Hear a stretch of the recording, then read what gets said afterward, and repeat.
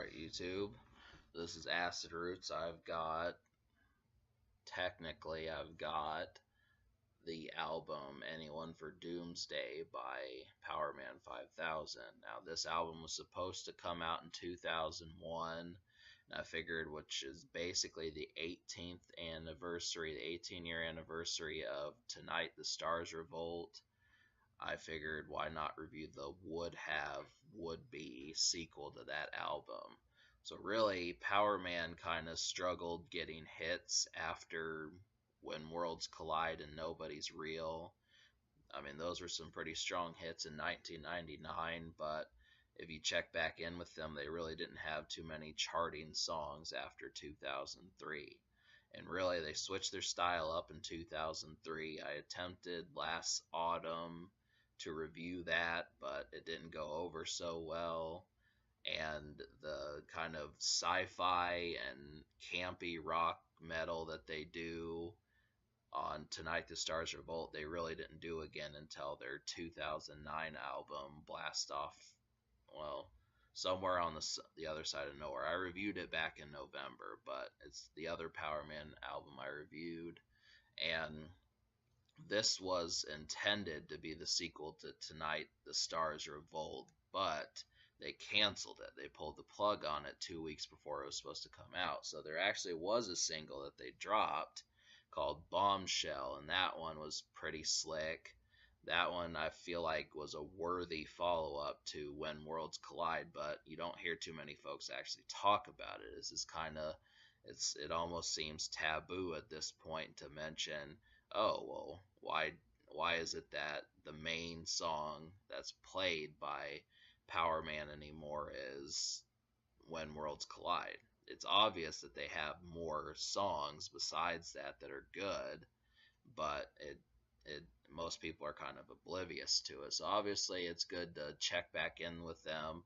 I was obsessed with this album last year. I really wanted it, but I didn't want to pay $300 or $250 for the physical copy because I wanted the CD.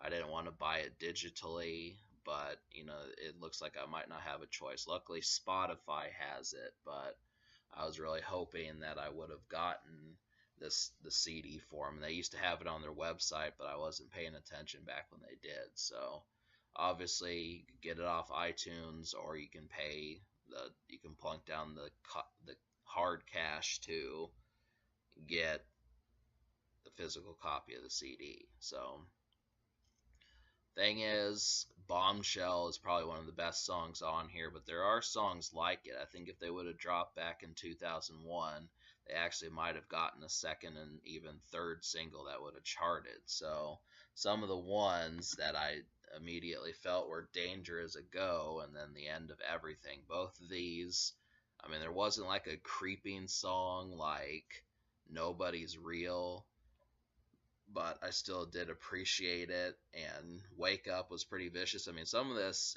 gets close to Marilyn Manson, the way he was on Antichrist Superstar, which I was pretty, I mean, this is a good feeling. And the hooks are great. I mean, that's definitely Danger Is a Go and Bombshell definitely do this. And I think Wake Up is another one that does. I mean, Spider One can basically get you excited, and it doesn't take long to realize that. But the album is actually, it's 10 songs. It did take me some time to review this, but the problem with it was I think it almost feels unfinished. I mean, it's strange that the album is here, but then it was scrapped at the same time, because some of these songs really do feel like nothing more than just skimming through once or twice, maybe a year or something like that. I mean, there's the highlights, and then there's the songs that just kind of go over your head, and I'm going to try to identify those for you. I mean, this is in my opinion, but I think, depending if you listen to it, you're going to figure out that the highlights are the main point of view. Now, obviously, the only song that charted was Bombshell, but still, there's more songs on here out of the 10 songs. So, Danger Is a Go, Bombshell, Meaning of Life, well, not Meaning of Life, Tomorrow Is Yesterday, The End of Everything, and Wake Up. Those are the ones that seem to have the most energy for me. And the only one that is not high octane is really Tomorrow is Yesterday. But the other ones sound just like When Worlds Collide, just like Bombshell. Danger as a Go is probably the most viable thing if you're looking, if you just need a second single, that's the one I would probably play. I think I need to get a hold of XM radio just because I want to start hearing some of that stuff. Bombshell. I think really, even though it's 16 years old, I think now is a good time as ever to play some extra songs from this project.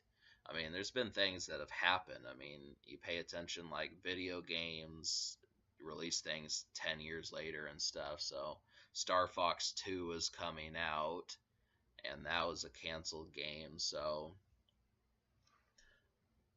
Danger is a Go. I'd like to hear that on the radio. It's pretty much the second best song on here. And then The End of Everything was probably third best, but all five of those songs are worthwhile. So, obviously I'm going to give this album a 6 out of 10, despite the fact that I liked half the songs were good. And they're actually ones I could see myself listening to more than a few times. So I do want this album. I can listen to it on Spotify, but these are things that you're gonna want. So I do recommend picking it up one way or the other. And yeah, so the social score is gonna get like a 3 out of 10 because Bombshell did chart for the brief time that it was around, but I just think it got ignored and they didn't really follow it up. And obviously, the reason why they canceled, due to band problems and just it being too similar. So, obviously, I think the more we pay attention to it, the more they'll realize that they need to put this out and promote it. Because, Powerman really only has like 4 charting songs total. So, but yeah, alright, subscribe for more fun in the future. I was really hoping for an album from them this year, but I don't know what they're up to.